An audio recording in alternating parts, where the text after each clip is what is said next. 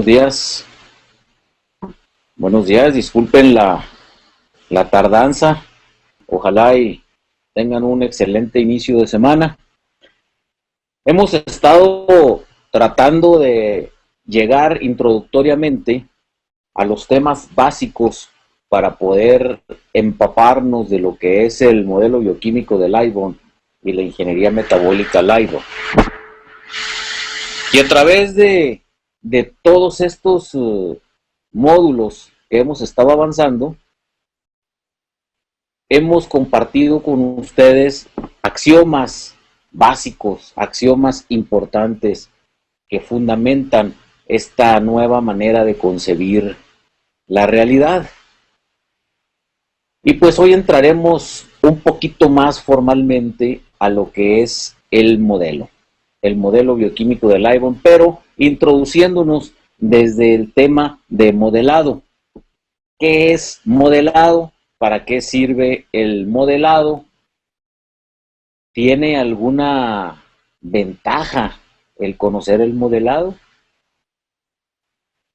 El modelado es una herramienta muy importante desde el punto de vista del traslado de las matemáticas hacia la realidad y de la realidad hacia el punto de vista del pensamiento formal, de la lógica formal, de la expresión de la realidad por medio de símbolos, atendiendo a leyes de lógica dentro del ámbito del campo de la matemática. Lo que decíamos en módulos pasados es homología y cohomología. Por medio del modelado, somos capaces de explicar la respuesta de todo un sistema a un estímulo del exterior. Esto es muy importante. Dijimos que un sistema es la manera de abordar la problemática de la realidad en pensamiento complejo. Dijimos que la realidad no es un fenómeno causa-efecto, que entender la realidad fraccionada es una manera muy equívoca de hacernos a la idea de lo que está pasando realmente en la realidad. La realidad es un fenómeno complejo. La realidad es un fenómeno que está compuesto de múltiples interacciones, lo que se llama la interacción multifactorial multivariante. Y para entender lo que es la interacción multifactorial multivariante, tenemos que tener un sistema. Y ese sistema nos va a dar puntos de congruencia. Los puntos de congruencia son aquellas verdades axiomáticas que hemos recuperado del sistema y que las hemos en primer lugar identificado, clasificado y puesto a trabajar de forma congruente en la lógica formal. Esa es la única manera en que somos capaces de explicar la respuesta de todo ese sistema a un estímulo exterior al sistema. Aquí está lo interesante. No solamente entender el comportamiento del sistema en sí mismo, en sus multivariantes multifactoriales, sino en poder ver cómo algún elemento exterior al sistema actúa sobre el sistema y provoca en ese sistema una respuesta que puede ser de una variable o de más variables de las que hemos identificado. Y fíjense cómo empieza a hacerse este análisis de modelado. Esta interpretación de la realidad, en primer lugar, tiene que basarse en la identificación, en la clasificación, en la sistematización, propiamente dicho, de axiomas. Los axiomas son la raíz del árbol de la matemática, del árbol de la vida. Los axiomas son verdades evidentes en sí mismas. Si nosotros pusiéramos el ejemplo de cómo se ubica la matemática en la realidad, diríamos que los axiomas son las raíces que anclan ese árbol al sustrato, a la tierra firme, a la solidez. El axioma relaciona la realidad con el sistema. ¿Por qué? Porque el axioma per se, por definición, es una verdad evidente por sí misma. Un axioma no requiere demostrarse. ¿Por qué? Porque el axioma es evidente, evidente por sí mismo. Es algo que podríamos llamar a simple vista, o a simple oída, o percibido por los 5 sentidos. Y aquí tendríamos que entrar en detalles sobre la forma axiomática o la axiomología de la realidad. Porque según el punto de vista tradicional de los griegos, los 5 sentidos, que le llamaban ellos los 5 sentidos del alma, no del cuerpo, del alma, del anima rationalis que decía Aristóteles, es decir, de esa alma racional que nos diferencia de los animales, es el axioma que se puede captar por los 5 sentidos. Ese es el diferencial desde el punto de vista aristotélico del anima rationalis. Según Aristóteles, esa verdad se capta en el alma y se razona empleando los 5 sentidos, porque los animales no tienen anima rationalis, tienen anima animalis. Ellos captan por sus 5 sentidos también tienen 5 sentidos, las percepciones del ambiente, pero no las razonan, no tienen un sistema lógico de elaboración de pensamiento, que es la razón o raciocinio, que después engendra una escala de valores o acción volitiva y que nos hace actuar razonadamente y por voluntad. Entonces Aristóteles decía que esos axiomas eran verdades evidentes en sí mismas, captadas por los 5 sentidos, transmitidas e interpretadas por el anima rationalis y que nos daban una idea de la realidad.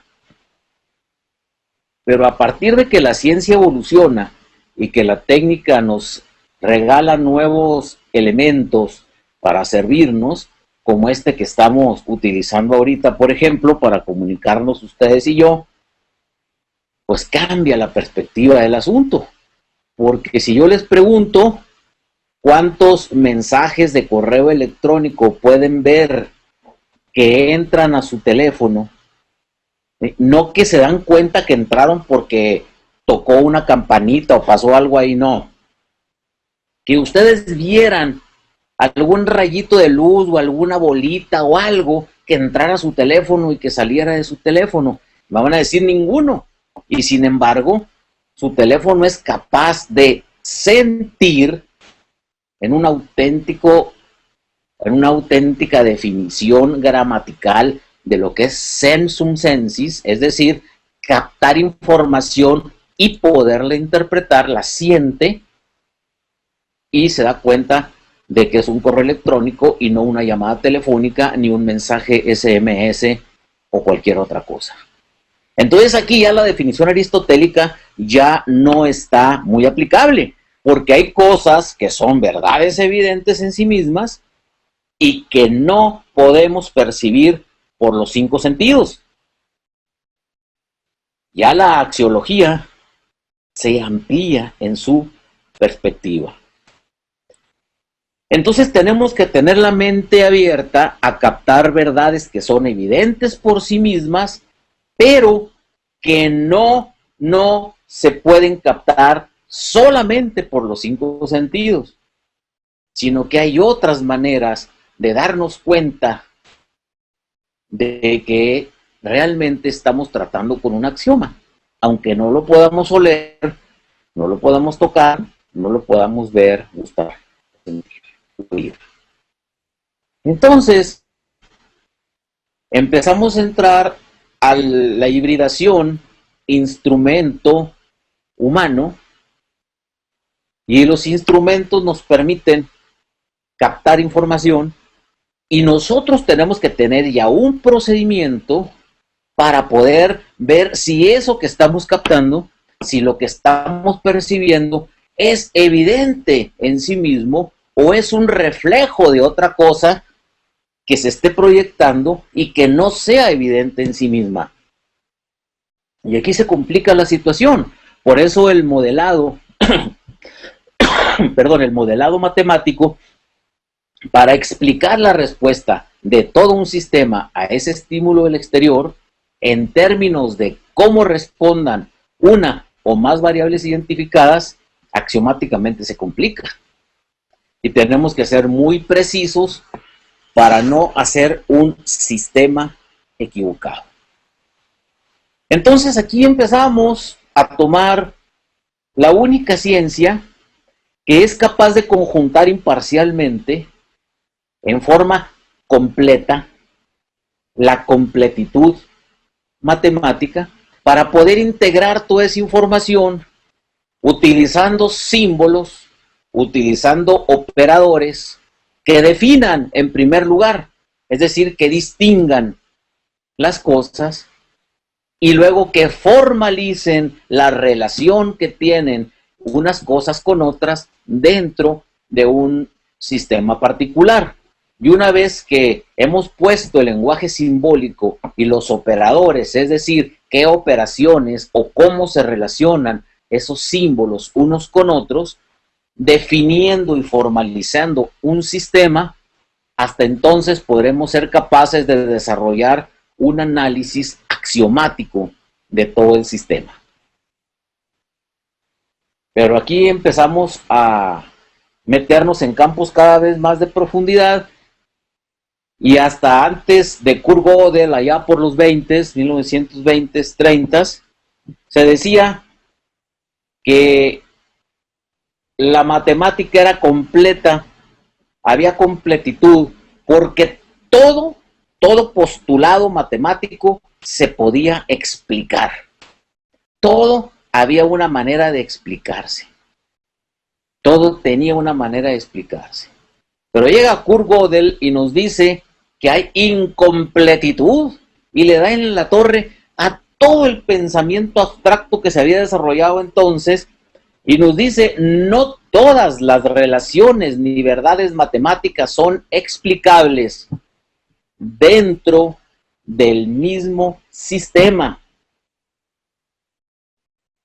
Y esto confunde al principio y dice: bueno, pues entonces, oiga, señor Gödel, ¿no habrá por ahí algún teoremita que nos diga qué modelo puede ser explicado y qué no, para tener una variante de discriminación? Y de hecho se lo cuestionaron cuando él presentó en un congreso en Viena, un congreso de matemáticas, presenta sus postulados y dice: hay incompletitud. Oiga, y no hay manera de que nos dijera cuándo la idea que yo traigo, el postulado que yo traigo, el axioma que voy haciendo en cadenas de demostración, de frutos como teorema, ¿no hay alguna manera de que lo pudiéramos explicar? Y dijo: no, no la hay. Lo único que les puedo demostrar, de acuerdo a la lógica formal, es que dentro del mismo sistema va a haber cosas que no se puedan explicar si relacionamos las variables del mismo sistema. Entonces tenemos que agarrar de otro sistema y empezar a hacer embones para ver si con otro sistema podemos, interactuando de acuerdo a la ley de la matemática, solucionar cosas inexplicables dentro del sistema primario. Y esto aparentemente tan confuso es la luz que va a iluminar todo el desarrollo científico de la era moderna. En esto trabajan los matemáticos de a de veras, los matemáticos que están generando investigación en el área de la matemática en todos los diversos temas que hay. No nada más resolviendo ecuacioncitas, no nada más aplicando la matemática a fenómenos de ingeniería. Eso es fácil, eso es un principio utilitario indispensable, pero realmente poder manejar la interacción modular que se le llama de la matemática a nivel de la lógica es lo que nos va a dar la capacidad para hacer modelos modulados en donde se vaya lo más cerca posible de la realidad. Por eso veíamos en el módulo pasado que una vez que hemos identificado el problema y nos hemos puesto a hacer un modelo y ese modelo lo traspasamos al lenguaje matemático y luego lo dejamos contra la realidad, pusimos ahí un cuadrito de discriminación que decía, ¿es aproximado a la realidad? No pusimos, es exactamente la realidad, es aproximado, explica la realidad y en qué porcentaje la explica, porque eso también lo tenemos que precisar al elaborar un modelo.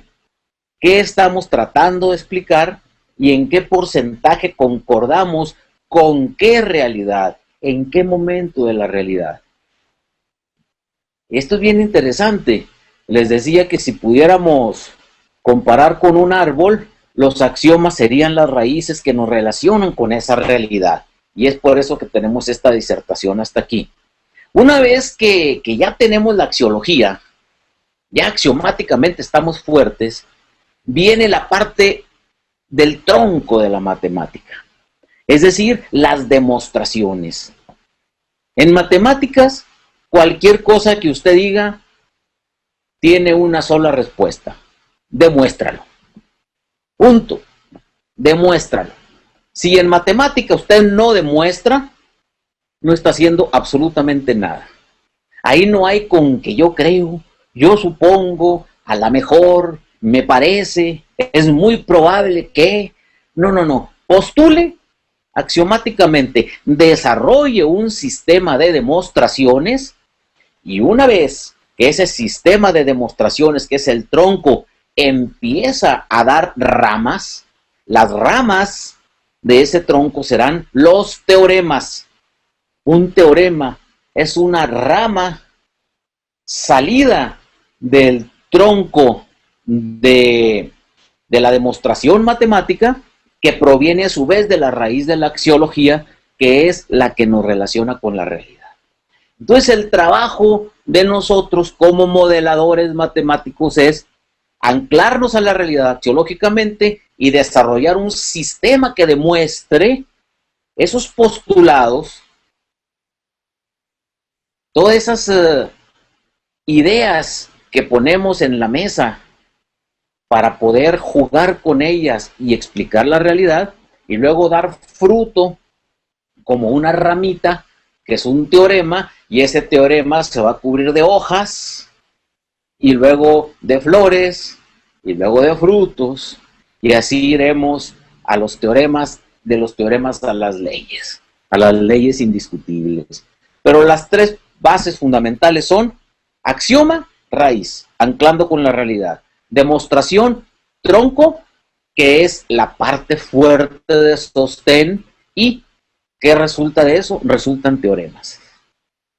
Y esos son los elementos que debemos de utilizar siempre que hagamos un trabajo científico desde el punto de vista del modelado de la realidad. La sistemática en pensamiento complejo de la realidad. Por eso ustedes verán en los blogs de este servidor y en las páginas y en las comunicaciones que no hay una sola que no tenga un sistema de ecuaciones. Porque no hay otra manera de explicarlo. No es argumentación de estar dando justificaciones con palabras, ni convencer a la gente con argumentos de palabras, con razones de palabra, sino es demostración, no es convencimiento. En matemáticas, en ciencia pura, en ciencia fuerte, como es la aplicación ya de la matemática a todas las demás ciencias exactas, debemos de ser sumamente quisquillosos para no andar convenciendo a nadie.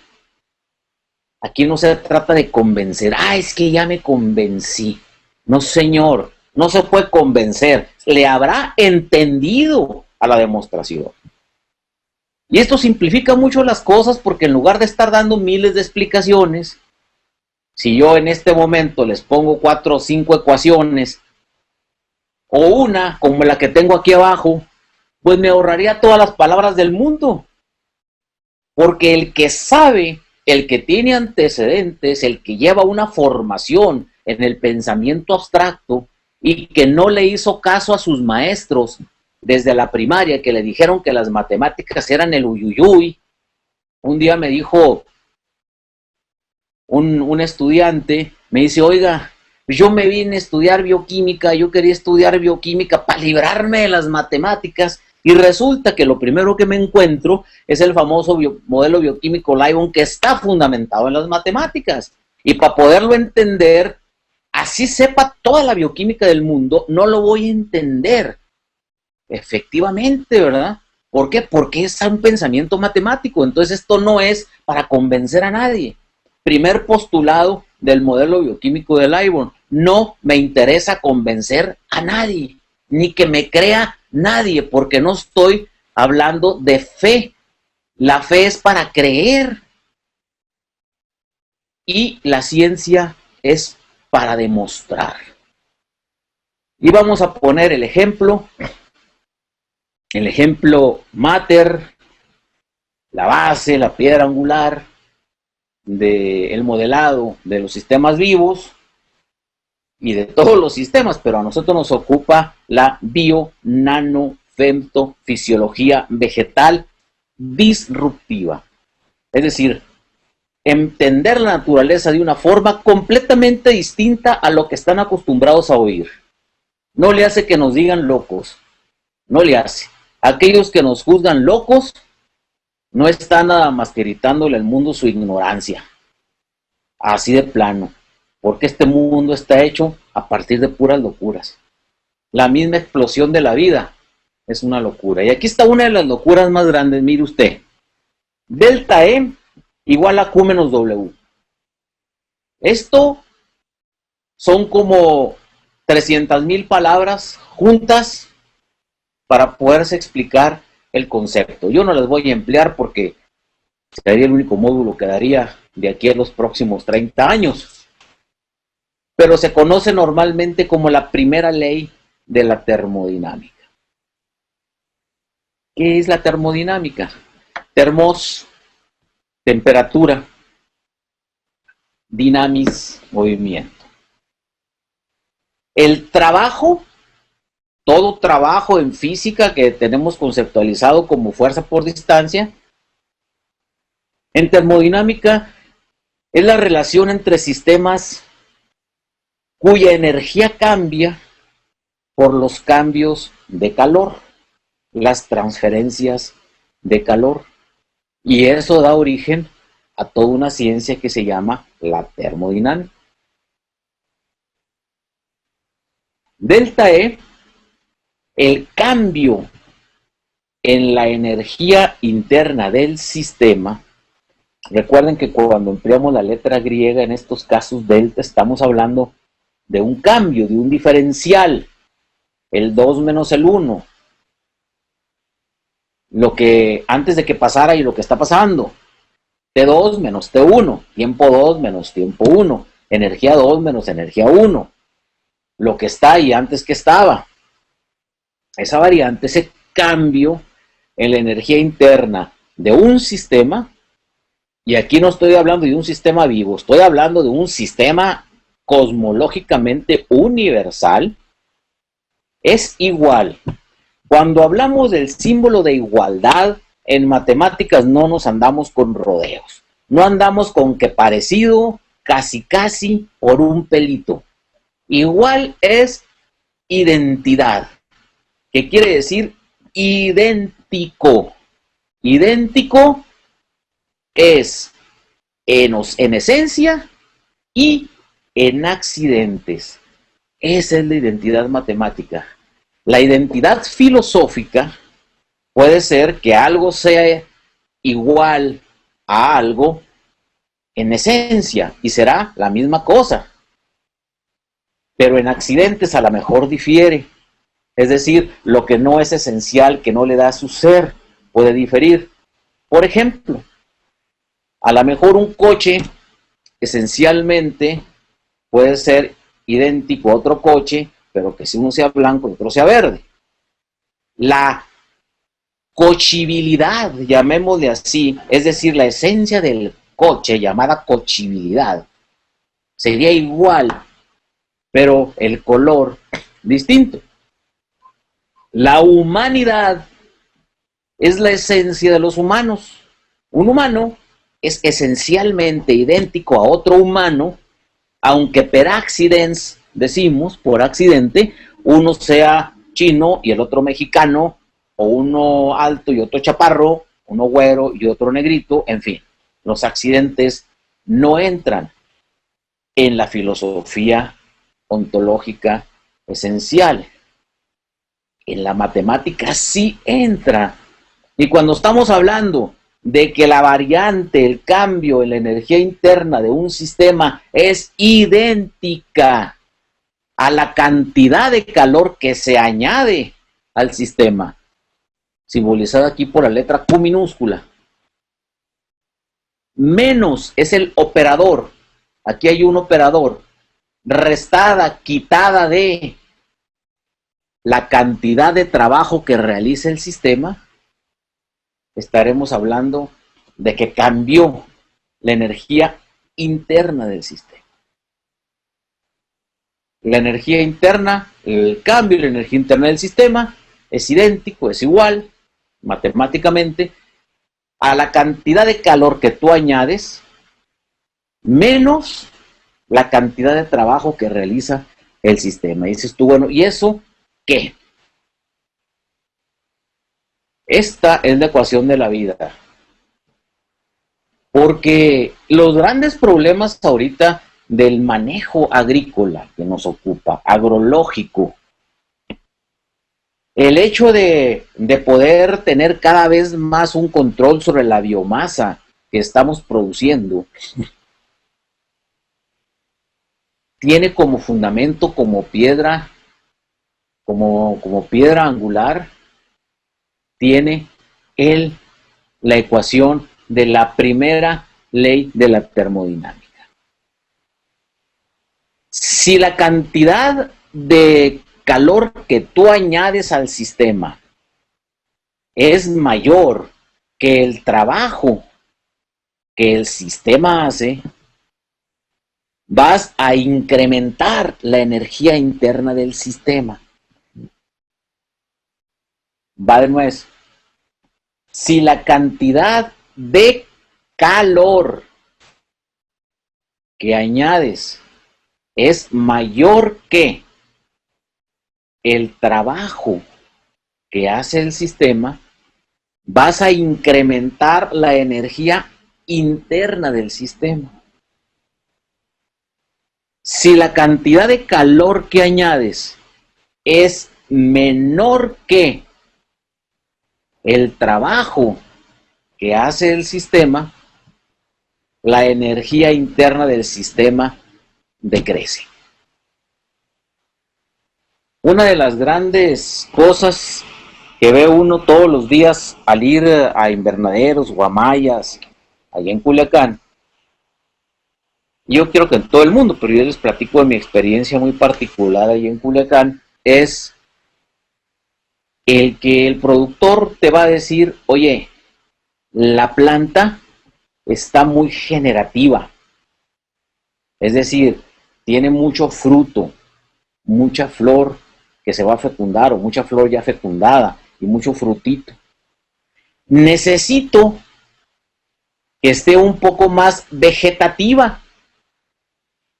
Y los libros le han dicho que las energías, el balance de energía vegetativa y energía generativa son los que lo va a hacer que produzca fruto, que produzca follaje y cobertera. O al revés, te pueden decir, oye, esto está muy vegetativo. Está muy vegetativo y le tenemos que hacer generativo, entonces le voy a quitar el nitrógeno. Y toda esa gente cree que la llave para mover que una planta sea vegetativo, generativo, generativa, vegetativa, está en subir o bajar los nitrógenos. Y están, pero completamente equivocados. Por eso, al rato andan moviendo también los calcios, los potasios, los fósforos, y al rato se les vuelve la baraja Reyes. ¿Por qué? Porque no han entendido que esta W que está aquí, ese trabajo que realiza el sistema, no es función de un solo elemento, es función de una multivariable, de intensidad lumínica, de humedades relativas, de capacidad osmótica, de áreas foliares, fenómenos fotosintéticos. Ya lo han visto ustedes en el cuadro que les presento en módulos anteriores, y si no, pues ahí está en la página del Instituto Liburn, el famoso Science Drive. Es decir, cómo no podemos focalizarnos en un solo punto y decir, tengo mucho follaje, muy poca flor, voy a quitar los nitrógenos o los voy a bajar. Por el amor de Dios, eso no se hace. Por eso estamos empezando con entender que el punto de manejo, entiéndase bien, el punto de manejo es esta Q, la cantidad de calor que estás añadiendo al sistema. Pero esta Q no la añades tú solito. Esta Q te ayuda el medio ambiente a añadirla. Todo lo que es ajeno al sistema interno de la planta. Por eso estamos hablando en cambios en la energía interna de ese sistema vivo. El sistema vivo no es toda la malla, no es toda la válvula, no es todo el surco, es cada planta interrelacionada una con la otra. Pero como no podemos estar atendiendo planta por planta, a lo más que le llegamos es al surco o a la válvula, en este caso de la agricultura protegida, tenemos que precisar perfectamente las variables de Q, es decir, cómo añadimos calor, calor del ambiente y calor que nosotros estamos agregando por el agua que estamos poniendo. Factor número 1 de añadir o quitar calor al sistema, el agua. El agua no se maneja nada más en función de los tensiómetros. Ese es otro error. Riégale porque anda muy abajo a la tensión aquí ya. Fíjate que no. El agua, el que riegues o no riegues, depende de la conjunción térmica, es decir, de las temperaturas, de la humedad relativa. Toda esa Q que tienes tú que definir primero. Moraleja, antes de empezar a tomar decisiones, define precisamente cuáles son tus Qs. Es decir, de qué manera se agrega calor a tu sistema. Porque en función de esta W que está aquí, en la cual tú no tienes acción directa, va a trabajar. La planta solita va a empezar a tomar ese calor que tú añades para realizar un trabajo. Y si tú le agregas más calor que el trabajo que realiza, vas a incrementar la energía interna del sistema. A veces será conveniente. A veces necesitaremos incrementar la energía interna del sistema desde el punto de vista generativo o desde el punto de vista vegetativo. Y entonces son múltiples factores los que hay, que los iremos dilucidando poco a poco. Lo que quiero hacerles notar es que no es cuestión de que le voy a quitar nitrógeno y le voy a meter más potasio, o que le voy a quitar sales para meterle coloides, o que le quito coloides para meterle sales. Esos son manejos de primer año de kinder, no son manejos científicos, no son de ninguna manera manejos congruentes con la primera ley de la termodinámica. Entonces tenemos que aprender eso. Define tus variables Q. ¿De qué forma vas a añadir calor al sistema? Las variables W son múltiples rutas metabólicas exactamente precisadas y controladas, porque la planta tiene un gran sistema de autoprotección. Por eso los dos postulados de bioética que maneja nuestro modelo bioquímico desde un principio. Primero, no hacer daño a esta W, a esta manera en que la planta maneja su energía interna. Y segundo, no estorbar, porque somos muy buenos para estar estorbando a las energías de la planta. Le ponemos cosas que aparentemente le van a ayudar y que resulta que desbalancean todo. Entonces, yo a veces me imagino a la planta como esos equilibristas que van sobre el cable, caminando a mucha altura. Ellos solitos sienten en las plantas de los pies y en todo su sistema nervioso coordinado y muscular el sentido del equilibrio para poder ir dando pasos de congruencia y no caerse.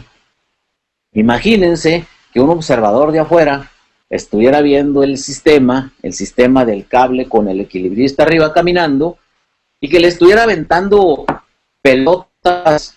Oye, a mí se me hace que el equilibrio está fallando porque se está ladeando para el lado izquierdo. Vamos a aventarle pelotas para el lado derecho. Y le avientan las pelotas y el otro las cacha y ahí andan complicando la vida. Lo mismo hacemos con las plantas. Las plantas no se manejan regándolas cuando nos late, cuando se nos ocurre, o poniendo los criterios del inventario ya obsoleto de los famosos sobra, quítale, te falta, ponle. Va a ser a este sistema de visión termodinámica, definiendo esa cantidad de calor y precisando la cantidad de trabajo. Otro ejemplo, sabemos que las horas frío son una variable determinante, le llamamos aquí. Es decir, influye de forma directa. Pero muchas gentes, inclusive investigadores de alto renombre, creen que las horas frío son producto de una termodinámica meteorológica al 100%, que si hace frío o que si hace calor.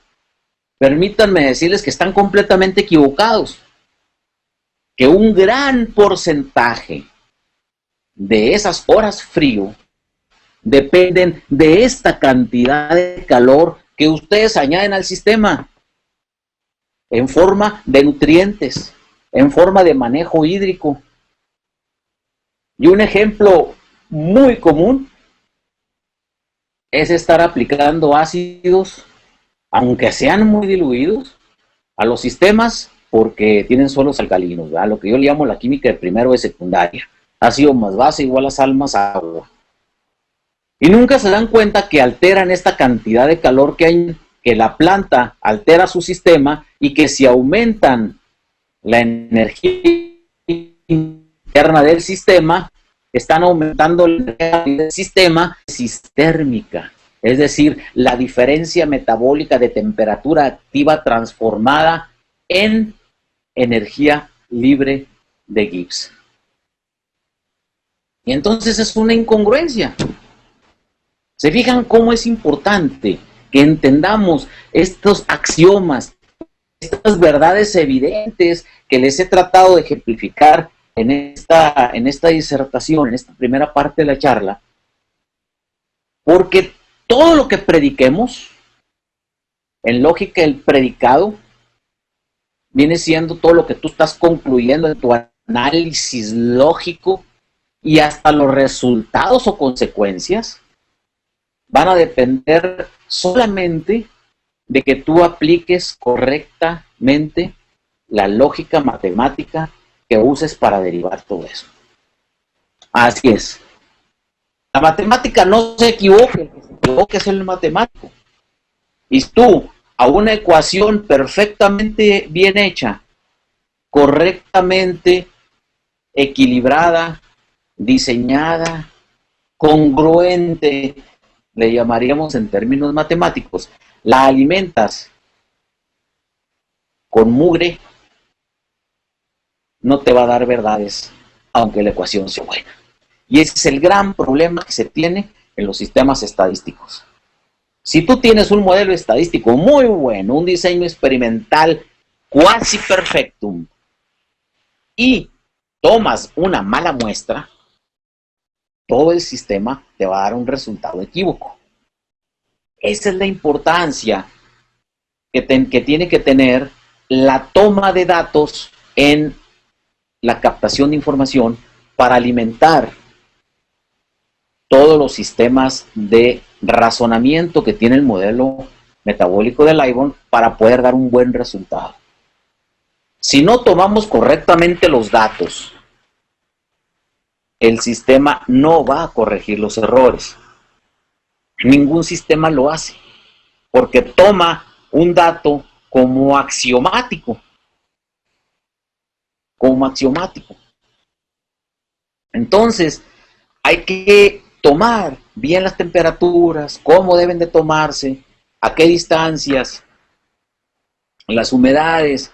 Son 156 variables las que utiliza en primera instancia la anamnesis, la descripción general del estado metabólico de un sistema vegetal utilizando el modelo bioquímico de Lightbound. Entonces, vamos pues a contar con una herramienta fuerte que es formalmente estructural o estructurada formalmente dentro de la lógica matemática y tomando buenos datos de campo, vamos a darle un valor al análisis.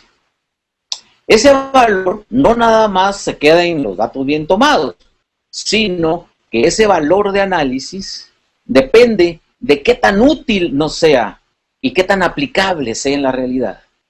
Ese es otro de los puntos en donde no nos podemos quedar en la abstracción. No nos podemos quedar volando, jugando con las variables matemáticas desde el punto de vista abstracto, haciendo matemática pura. Y como le hacen los grandes matemáticos, los matemáticos de a de veras, ellos, los intermedios, son los que le dan al mundo con cierta aplicabilidad. Es decir, se proponen demostrar algo. Se proponen demostrar un teorema, demostrar una conjetura, como la conjetura Goldbach, por ejemplo, o el último teorema de Fermat. Se proponen una meta y empiezan a desarrollar toda una formalidad lógica a partir de axiomas. Agarran un modelo que puede ser 100% analítico o 100% geométrico o una combinación de los dos, y empiezan a elaborar una serie de planteamientos para hacer demostraciones para ver si le llegan al teorema o le llegan al postulado o a la conjetura, y lo pueden demostrar. O bien por la vía afirmativa o bien por la vía negativa. La vía negativa es negando todo lo que no es. Si yo tengo 5,000 manzanas y 4 plátanos, puedo demostrar que hay 5,000 manzanas contando las manzanas o bien contando los plátanos.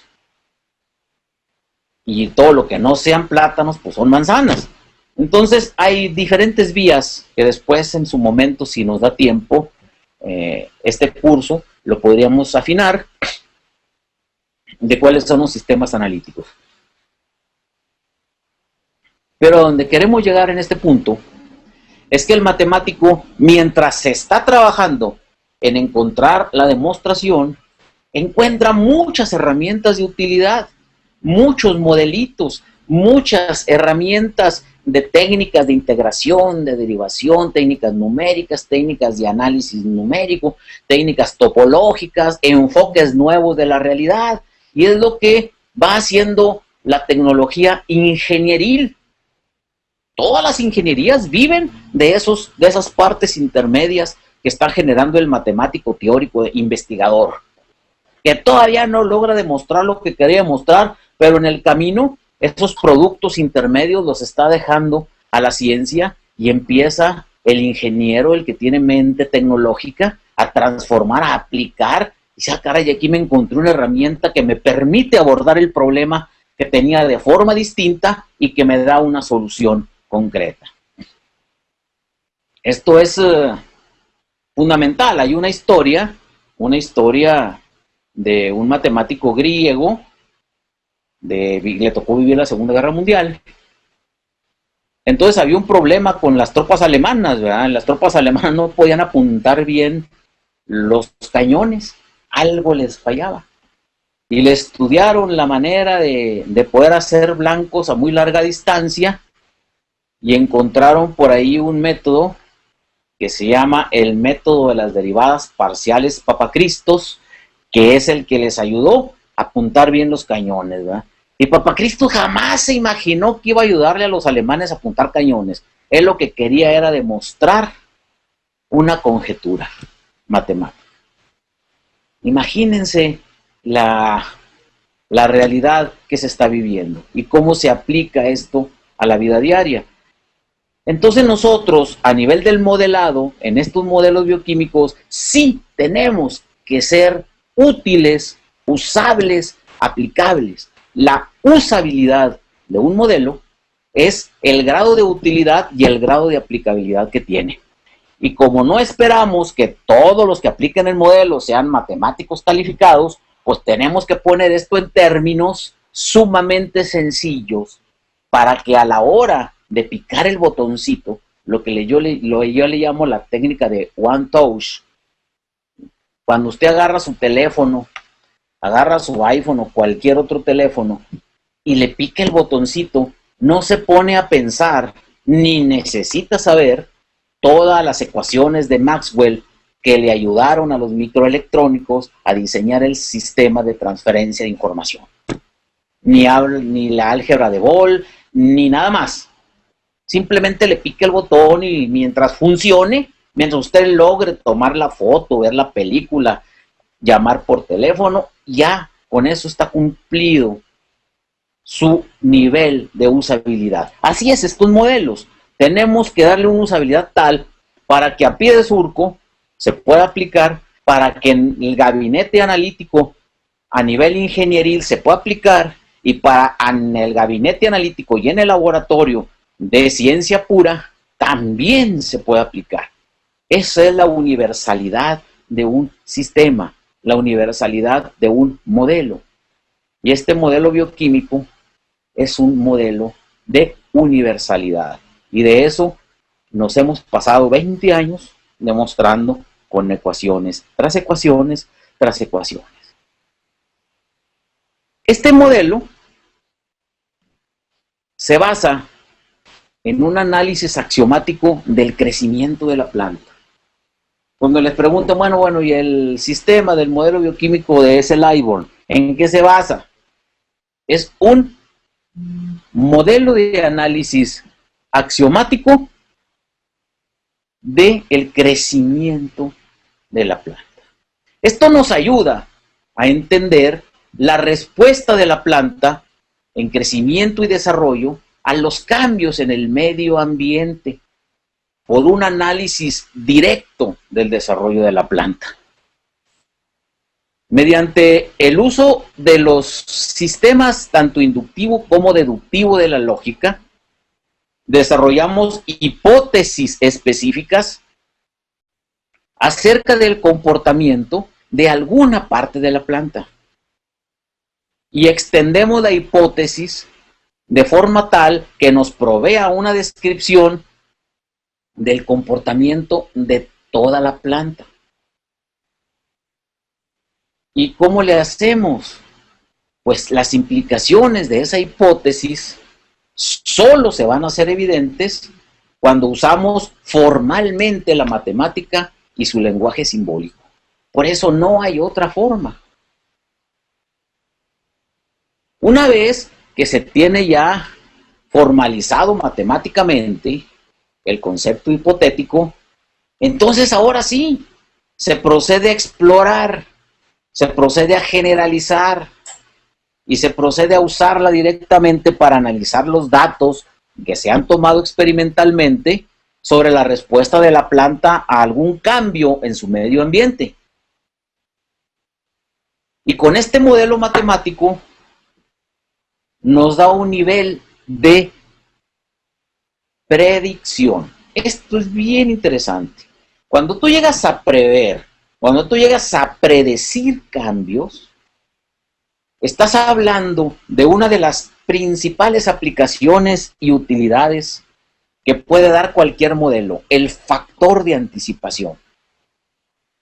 Hasta ahorita, las ciencias agrológicas han sido efectuales, es decir, a los puros efectos.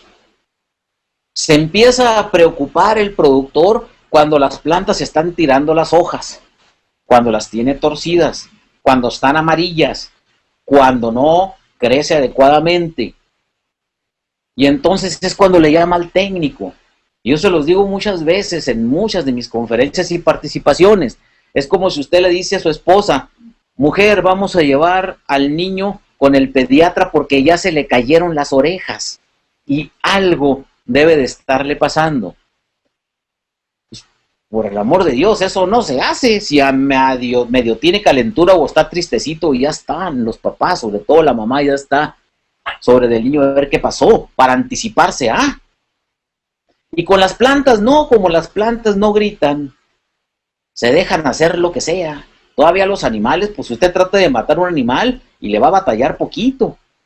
Por lo menos trate usted de sacrificar un puerco. Y va a tener un chilladero diciéndole al mundo el marranito que se lo están ejecutando. Y a una plantita les ponen ácido sulfúrico, les meten ácido fosfórico disque diluido, les aplican penetrantes, adherentes, coadyuvantes y todos los mugreros que les ponen en las hojas disque para coadyuvar a la asimilación de las cosas foliares. Les niegan el agua como quieren. Bueno, y la plantita lo único que hace es estresarse, es ponerse triste, torcer la hojita. Ya cuando una planta se les está muriendo, mis estimados, quiere decir que el que las está manejando es la bestia más peluda del universo. Es un monstruo, es un asesino, ignorante. Hágame favor, dejar que se muera una planta nomás porque no grita. Bueno, con estos modelos le va a dar un factor de anticipación. Usted va a usar las matemáticas para sintetizar el entendimiento sobre el comportamiento de todo el sistema y va a ir del todo a las partes. Primera fase, ir del todo a las partes. Y luego debe de ser capaz de construir un todo a partir del conocimiento individualizado de las partes. Es decir, del análisis a la síntesis y de la síntesis al análisis. La modelación matemática hace precisamente eso. Nos ayuda a hacer la síntesis de todas las partes. La matemática nos provee de los medios para articular nuestras ideas y formalizarlas en la vía abstracta. Usamos nuestro conocimiento y dominio matemático para poner junto lo que creemos son los principales componentes del sistema y luego explorarlos por simulación de las interacciones a fin de que nos acerquemos lo más posible a simular el sistema real. Por medio de las matemáticas, pegamos con un cemento fuerte todas las partes del sistema, integrando lo que se llama en la formalidad de la lógica el todo congruente. Podemos incluso llegar a predecir el comportamiento del sistema real en función de la acción de estímulos externos, y esto nos hace un sistema dinámico. Primera característica importante del modelo bioquímico de Lyron es un sistema dinámico. Y un sistema dinámico es un modelo heurístico. ¿Qué quiere decir modelo heurístico? Que nos permite aprender en base al ensayo, en base a la experiencia. Nos permite aprender, descubrir elementos, descubrir circunstancias que normalmente no son obvias de forma inmediata, que son propiedades o comportamientos ocultos o emergentes del sistema. Esto es lo que hace el modelo. Así de importante es. Y como nuestro modelo está fundamentado en el análisis del crecimiento, para la próxima clase, el próximo lunes, el próximo módulo, empezaremos con lo que es crecimiento exponencial. ¿Cómo definimos el crecimiento? Como una multiplicación y elongación irreversible de un organismo. ¿Y por qué decimos que es exponencial? ¿Por qué no decimos que el crecimiento es logarítmico, que el crecimiento es geométrico, que el crecimiento es sinusoidal? El crecimiento es exponencial. Y la tarea para el próximo módulo de mi parte es demostrar que el crecimiento implica multiplicación, el crecimiento implica elongación y que ambas son irreversibles. Y la forma matemática de poderlo explicar es entrando en un modelo exponencial. Por mi parte es todo este lunes. Que tengan una excelente semana, muy productiva. Y una tarea que les quiero encargar es que observen la realidad. Observen cualquier fenómeno que les interese durante toda la semana. Una planta, algo. Yo no quiero decirles que... Y empiecen a tratar de distinguir en él las variantes determinantes. Es decir, ¿qué es lo determinante? Determinante es algo sine qua non, dicen los lógicos, algo sin lo cual no funciona como está funcionando esa circunstancia particular. Muchas gracias. Espero que hayan tenido una buena sesión y pueden ustedes encontrar este módulo en Cursos Biotexa en nuestro canal de YouTube. Muchas gracias y nos vemos en la próxima ocasión.